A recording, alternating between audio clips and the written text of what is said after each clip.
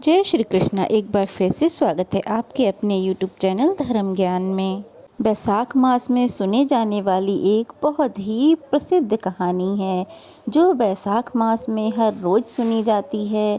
बैसाख मास के नियमों का पालन करने वाले, व्रत रखने वाले या फिर जो भी भक्त अंत में मोक्ष की कामना रखते हैं, उन्हें हर रोज इस कहानी को सुनना चाहिए। ये कहानी है बांदरी की कहानी।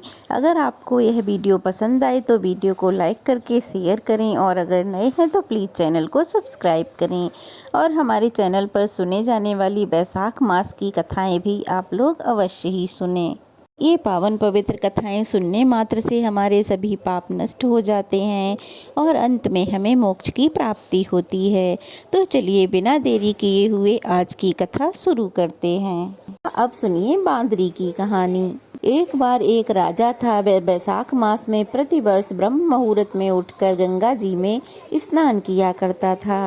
राजा का आदेश था कि मुझसे पहले गंगा जी में कोई स्नान नहीं करेगा, किंतु राजा जब भी स्नान करते जाते तो उन्हें गंगा जल शांत होने के बजाय हिलता हुआ दिखाई देता। तब राजा को संदेह हुआ, निश्चय ही मुझसे पहले कोई आकर गंगा जी में स्नान करके चला जाता है। इसलिए राजा ने गंगा तट पर पहरेदार बिठा दिए। गंगा जी के तट पर एक वृक्ष था, उस पर एक बंदरिया रहा करती थी।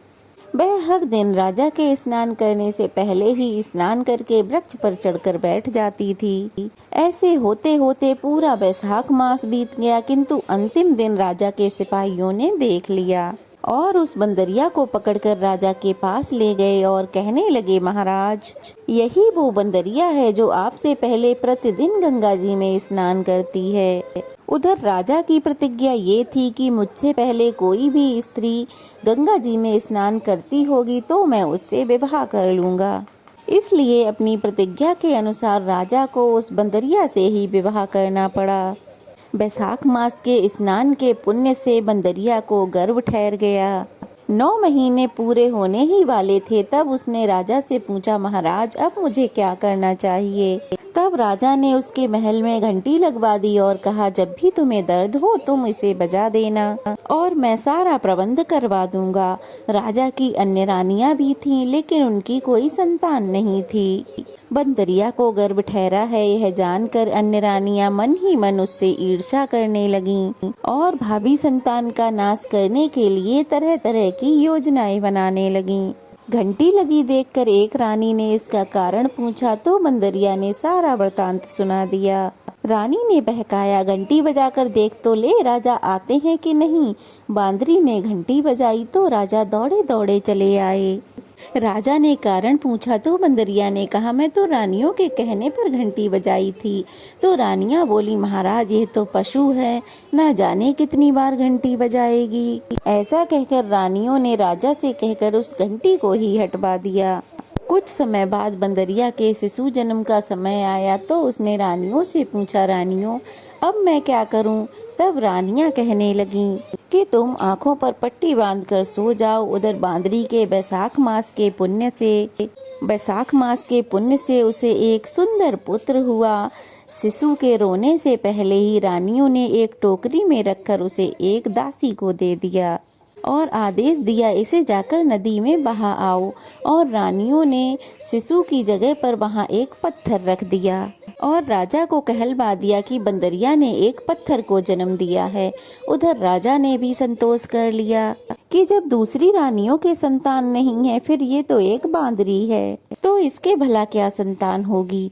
उधर दासी ने पुत्र को नदी में ना बहाकर कुम्हार के कंधड़ में रख दिया। उधर दूसरे दिन जब कुम्हार कुम्हारी खंदड़ में आए तो उन्होंने एक सुंदर बालक को देखा। उधर कुम्हार कुम्हारिन भी निसंतान थे। उन्होंने शिशु को भगवान की दी हुई भेंट माना और उसका बड़े प्यार से पालन पोषण करने लगे। उधर बड़ा होने पर राजकुमार को पता चला कि वह बांदरी रानी का पुत्र है। रानियों ने उसे मरवाना चाहा था।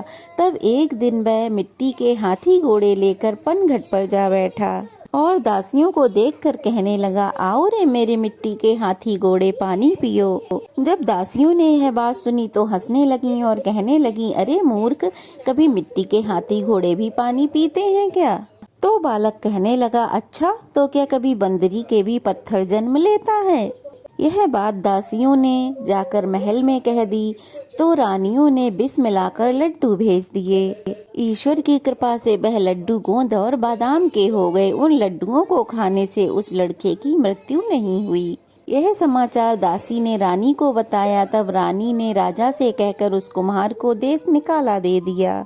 अब वह कुमार भटकता भटकता जंगल में ही रहने लगा। इसके बाद अगले वर्ष चैत्र मास में गणगौर माता का पूजन आया। तब वह बांदरी पुत्र 108 करवे और 108 गोली लेकर तथा घड़े में पानी भरकर बगीचे के बाहर बैठ गया। उधर राजा और साहूकारों की पुत्रियां गणगौर बनाने के लिए मिट्टी लेने आईं और बगीचे में खेलने लगीं, झूलने लगीं। इस कारण उन्हें कुछ देर बाद बहुत जोर की प्यास लगी। तब उन्होंने बांदरी के पुत्र से पानी पिलाने को कहा तो उसने कहा, मेरे पास एक गोली है, वह खाते जाओ, चक्कर लगाते जाओ और पानी पीते जाओ, तभी मैं तुम्हें जल पिलाऊंगा। इस पर कन्याओं ने मना कर दिया, किंतु प्यास तेज लगने के कारण वे मान गईं। इस कारण वे गोली खाने और उस युवक के साथ फेरे लेने से गर्भवती हो गईं। बाद में जब उनके माता पिता को यह ज्ञात हुआ तो वे सब उस कुमार के पास आए और उससे सब वृतांत कह सुनाया। फिर कहा, तेरे पुत्र ने हमारी कन्याओं से विवाह कर लिया है, अब तुम्हें इन्हें अपने पास ही रखना पड़ेगा। तब कुम्हार कहने लगा, महाराज मैं तो बहुत गरीब हूँ, इन सभी बहुओं को मैं अपने घर कैसे और कहाँ रखूँगा, इन्हें क्या खिलाऊंगा। तब कन्याओं के पिता ने बहुत सारा धन देकर अपनी कन्याओं को कुम्हार के घर विदा कर दिया। अब तो कुम्हार के घर 108 बहुएं आ गईं, बाद में 108 पोते हो गए। कुम्हार ने समस्त नगरी को भोजन हेतु निमंत्रण दिया और राजा को भी बुलवा लिया। राजा के यहाँ से रानी बांदरी को छोड़कर सभी भोजन करने आए। तब वह राजकुमार जो कुम्हार के यहाँ पला बड़ा था, राजा की आज्ञा लेकर रथ पालकी लेके रानी बांदरी को लेने गया और लाकर सभा में सबसे ऊंचे सोने के आसन पर बिठा दिया। राजकुमार ने अपनी सभी रानियों को समझा दिया था कि मुझे जन्म देने वाली मेरी माता रानी बांदरी है।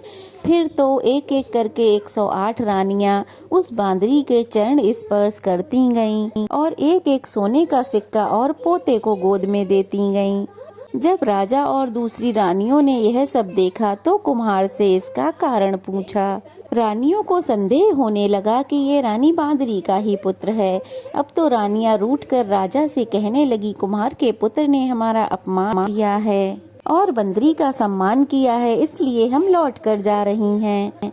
इधर राजा को अपने पुत्र जन्म का सारा रहस्य पता चल गया तो उसने सभी रानियों को देश निकाला दे दिया और अपने पुत्र वधुओं और पौत्रों को लेकर अपने महल में आ गया। फिर राजकुमार का राज तिलक कराया गया। राजकुमार ने कुमार कुमारिन को महल में रहने का निवेदन किया, किंतु वे नहीं माने तो राजा ने ढेर सारा धन देकर उन्हें विदा कर दिया। वैशाख स्नान का अगर इतना महत्व है तो सबको वैशाख स्नान करना चाहिए। बांदरी ने वैशाख स्नान किया तो उसे राजा का राज्य, पुत्र, पौत्र, बहुएं प्राप्त हुए। हे ईश्वर, वैशाख स्नान करने से जैसा पुण्य बांदरी को मिला वैसा वैशाख स्नान करने वाले और ये कथाएं सुनने वाले सभी को देना और सभी की सभी मनोकामनाएं पूर्ण करना। जय श्री कृष्णा। ये थी वैशाख मास महात्म्य की कथा। कैसी लगी जरूर बताइएगा। अगर अच्छी लगी हो तो वीडियो को लाइक करके शेयर करें। अगर नए हैं तो प्लीज चैनल को सब्सक्राइब करें। जय श्री कृष्णा। राधे राधे।